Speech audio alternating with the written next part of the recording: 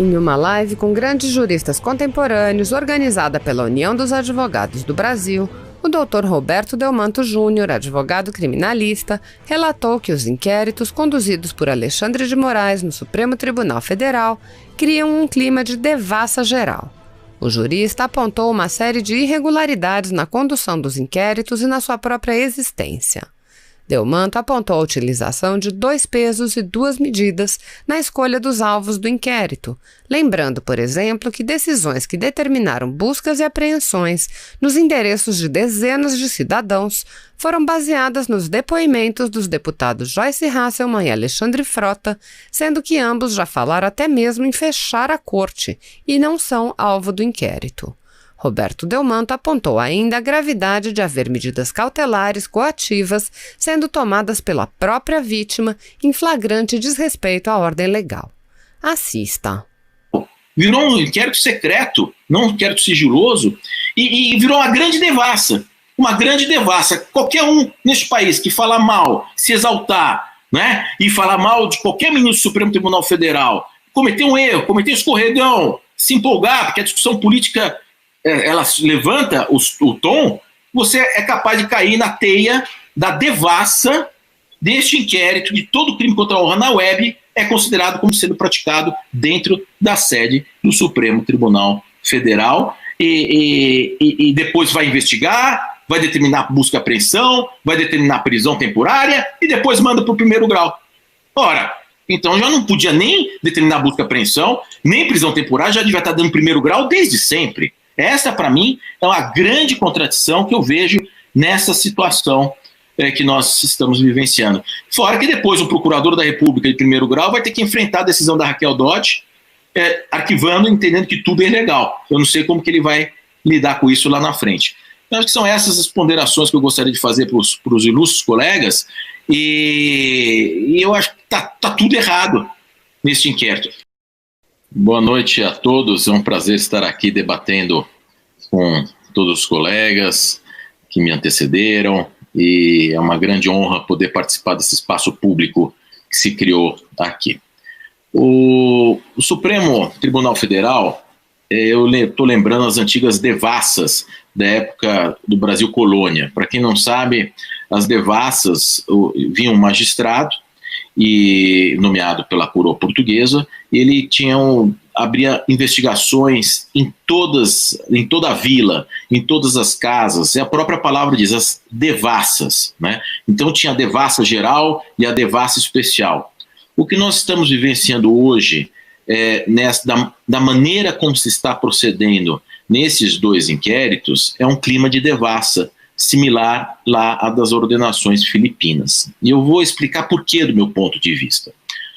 Outro dia, eu lembro que nós vimos nas notícias, o ministro Lewandowski foi ofendido num voo.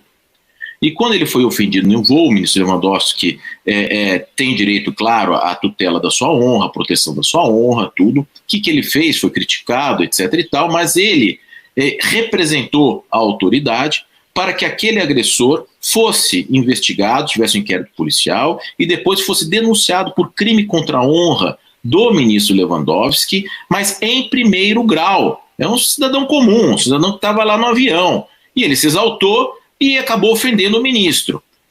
Se houve ofensa ou não, se é de liberdade de expressão, até que ponto isso vai se julgar, mas este processo, que é uma ação penal pública condicionada, quando é um funcionário público que ele é ofendido, ele tem que representar para a autoridade, aí se instaura um inquérito policial e o Ministério Público oferece a denúncia. Se por acaso o Ministério Público não oferecer a denúncia, até caberia uma queixa-crime subsidiária por parte do funcionário público ofendido. Agora, não na hipótese de arquivamento, é só na hipótese de inércia do Ministério Público. Agora, o que acontece? Foi em primeiro grau. Agora, outros exemplos, o ministro Alexandre de Moraes foi ofendido, foi duramente ofendido na sua residência aqui em São Paulo. Instaurou-se um processo criminal contra os ofensores, está na Justiça Federal de primeiro grau. Agora, o que se criou nesses inquéritos é o seguinte: se essa mesma ofensa for pela internet, for pela web, ela é considerada como sendo realizada na sede do Supremo Tribunal Federal. Portanto, ela entra, seja no inquérito das fake news, ou seja naquele inquérito 4781, o outro, de ofensas, calúnias, etc. e tal, que está lá no Supremo Tribunal Federal. Então, assim, qualquer ofensa hoje a um ministro do Supremo Tribunal Federal é considerada, na internet, é considerada como uma ofensa realizada na sede do tribunal. Eu li o voto do ministro Fachin para me preparar para essa live, e eu fiquei muito confortável com o voto que eu li no voto do ministro Fachin, porque lá um salto duplo carpado interpretativo para justificar uma série de coisas e uma série de contradições no voto. E neste voto ele diz o seguinte, que a sociedade é globalizada, hoje é tudo virtual e que no virtual todos são vizinhos. Ele escreve isso. Então, no virtual, então todo crime contra a honra, contra qualquer ministro do Supremo Tribunal Federal, que seja ou do STJ, por exemplo, seria no STJ, que seria praticado pela internet, é automaticamente considerado praticado dentro da sede do Supremo Tribunal Federal, que não é, por evidência, e criou-se, portanto, esse clima de devassa. Qualquer ofensa na internet hoje poderá ser objeto, quem fez essa ofensa poderá ser objeto de uma busca e apreensão determinado pelo ministro Alexandre de Moraes, que é o que tem acontecido. E eu vi a decisão de busca e apreensão, aquela maior ou última que teve, né? E eu vi na leitura, foram citados 2 depoimentos, um da deputada Joyce Haussmann e outro do deputado Alexandre Frota.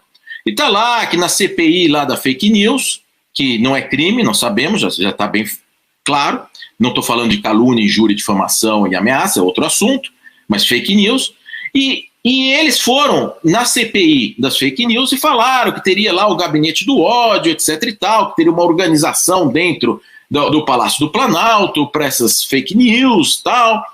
Agora, se você vê os vídeos da Joyce Haussmann e do Alexandre de Moraes anteriores, eles falaram várias vezes em coisas mais graves ainda, inclusive de fechamento do Supremo Tribunal Federal, a deputada Joyce Haussmann e o deputado Alexandre Frota. Tem os vídeos aí. Então são 2 pesos e 2 medidas, ou seja, as pessoas que deram fundamento para essa busca e apreensão, está lá na decisão do Alexandre de Moraes, do ministro Alexandre de Moraes, nessa decisão, falaram em fechar o Supremo.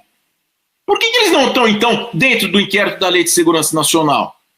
Então nós temos realmente, isso tudo denota que quando você é vítima, você perde a sua imparcialidade. É isso que nós estamos falando. Porque o ministro Fachin, no seu voto, disse o seguinte, aspas, mais de 90% dos autos do inquérito número 4781 já foram declinadas para a primeira instância. Isso é uma prova que não tem competência do Supremo para investigar. Se 90% chegou ao autor, chegou como aí da Sara, vai lá para o primeiro grau. Se 90% vai para o primeiro grau, o que o Supremo está comandando essa investigação? Aí, num outro trecho, o ministro Fachin diz no voto, não, porque o Supremo tem que investigar para saber identificar os possíveis sujeitos ativos que talvez possa ter alguém com foro de prerrogativa como esses 2 deputados, além dos deputados aí, Joyce e Alexandre, que foram mencionados, mas que não são investigados, pela questão da Lei de Segurança Nacional. Só que, quando você vê isso, é o contrário. Quando você tinha as investigações da Lava Jato, por exemplo, se aparecesse o nome aqui em primeiro grau de deputado, aí se mandava daqui de baixo para o Supremo. Agora não. O Supremo investiga tudo, investiga pessoas sem foro por prerrogativa de função, e aí depois, aí vai mandando para baixo. Ora, mas não é uma simples investigação. Né? O ministro Fachin disse o seguinte, não há violação do princípio do juiz natural, porque o Supremo não vai julgar nenhum desses casos. Esses casos vão ser mandados para o primeiro grau. Vai ser um procurador da República, porque é competência federal, porque é ofendido é um ministro, então teria interesse da União, etc. e tal. Vai ser o juiz de primeiro grau que vai julgar. Ora, mas o ministro Alexandre de Moraes tem determinado medidas coercitivas de prisão temporária, medidas coercitivas de busca e apreensão, inclusive agora de tornozeleira, ou seja, são medidas coativas determinadas por um juiz que é vítima. Então, o que eu defendo é que todas essas investigações, o Supremo também, convenhamos, né? Foi muitas vezes gravemente ofendido, ministros foram gravemente ofendidos, achincalhados, xingados. Assim, a liberdade de expressão até que quando não é com você. É claro que todo funcionário público, você tem uma menor esfera de proteção da sua intimidade, uma menor esfera de proteção da sua suscetibilidade, porque você é uma pessoa pública. Nós estamos aqui falando nessa live, pode ser criticado, pode falar, o Delmanto falou bobagem, o doutor Modesto falou bobagem, o Rogério, todos nós aqui, nós estamos expostos a essa crítica. E tudo bem, como o Rogério falou, não vai ser funcionário público. Mas o que acontece é o seguinte, na minha ótica, todos esses, se sentir ofendido, faz uma representação, vai instaurar o inquérito no primeiro grau de jurisdição. Desde o começo, vai ser juiz de primeiro grau que vai determinar a busca e apreensão, se for o caso, em crime contra a honra. Agora, enfiaram a organização criminosa para atrair a questão da prisão temporária, cresceram a coisa. Enfim, eu entendo que toda essa apuração deveria ocorrer no primeiro grau, não no Supremo Tribunal Federal, salvo se realmente chegar a um deputado federal, aí sim nós temos a prerrogativa de foro. E neste voto, o ministro Fachin diz o seguinte, que quando a Constituição da República, no artigo 102.1, diz que caberá ao Supremo julgar originariamente as pessoas com foro prerrogativo de função, ele fala que não é exclusivamente. Quer dizer, pelo amor de Deus, né? A competência agora não é exclusivamente, é exemplificativa e não taxativa, no artigo 102, inciso 1 da Constituição. Então, para mim, a maior prova que não tem competência, que mais de 90% dos casos estão sendo remetidos para o primeiro grau. Então, há uma falha brutal na primeira questão de competência da instauração com base nesse inquérito policial, com base no artigo 43, porque, por exemplo, se o advogado na sustentação oral xinga o ministro, fala, ministro, o senhor é um sem vergonha, na sustentação oral, ele cometeu um crime contra a honra na sede do Supremo. Agora vai falar, mas o ministro Fachin fala isso, mas agora as sustentações orais estão sendo virtuais. Se um advogado xinga o ministro, ofende o ministro na sustentação oral virtual, isso é considerado dentro do Supremo Tribunal Federal ou fora do Supremo? Mas aí nós estamos numa sessão do Supremo Tribunal Federal. É diferente do que Facebook, do que WhatsApp, do que Instagram. O tema é polêmico. Mas nós temos uma outra questão. A do sorteio. Né? Do sorteio. É inacreditável o que aconteceu, porque o seguinte, o artigo 43 ali fala, e depois 44, fala que o ministro-presidente irá designar um relator. Agora, essa designação tem que ser por sorteio. E o ministro Fachin diz que não, que pode ser ou por sorteio ou por indicação. Mas não cabe ou aqui. E na página 49 do voto do ministro Fachin, eu fiquei realmente, quando eu li esse parágrafo, eu falei, nossa, diz o seguinte, não se tem dúvidas que a livre distribuição é mais coerente e mais consentânea com o processo no Estado de Direito democrático, para evitar o que pode ser arguido na delegação por designação, vale dizer, sejam suscitadas ofensas à imparcialidade do juiz natural e outros processos. Ora, se o ministro Fachin, no voto, diz que não tem dúvida que a livre distribuição é mais coerente, consentânea com o Estado democrático de direito, para garantir a imparcialidade, no final ele conclui que tudo bem, que está certa a designação sem a livre distribuição. Então há uma contradição em ré ipsa neste voto.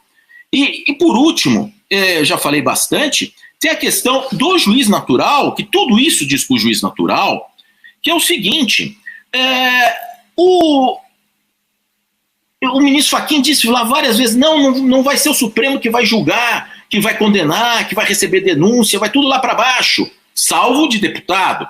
Mas essas medidas cautelares são medidas coativas, reserva de jurisdição, estão sendo adotados por um juiz absolutamente parcial, que é a vítima. Todos ali são vítimas. Então, mais um motivo para delegar para as instâncias inferiores, salvo se tiver realmente deputado, pessoa que for o autor, com for prerrogativa de discussão, e aí vai ter uma grande discussão, porque aí não pode ser ofendido, né? Teria que ser um ministro que não foi ofendido. Por exemplo, o eminente ministro Celso de Mello, outro dia, fez aquela nota de que seria o ovo da serpente, que o Bolsonaro seria o ovo da serpente, que passou... Ora, a partir do momento que o ministro fala que o presidente que está sendo investigado no inquérito do Moro é o ovo da serpente fazendo menção ao nazismo, ele está impedido. Ele está impedido também. Então, assim, está tudo muito nebuloso, porque o Supremo é vítima.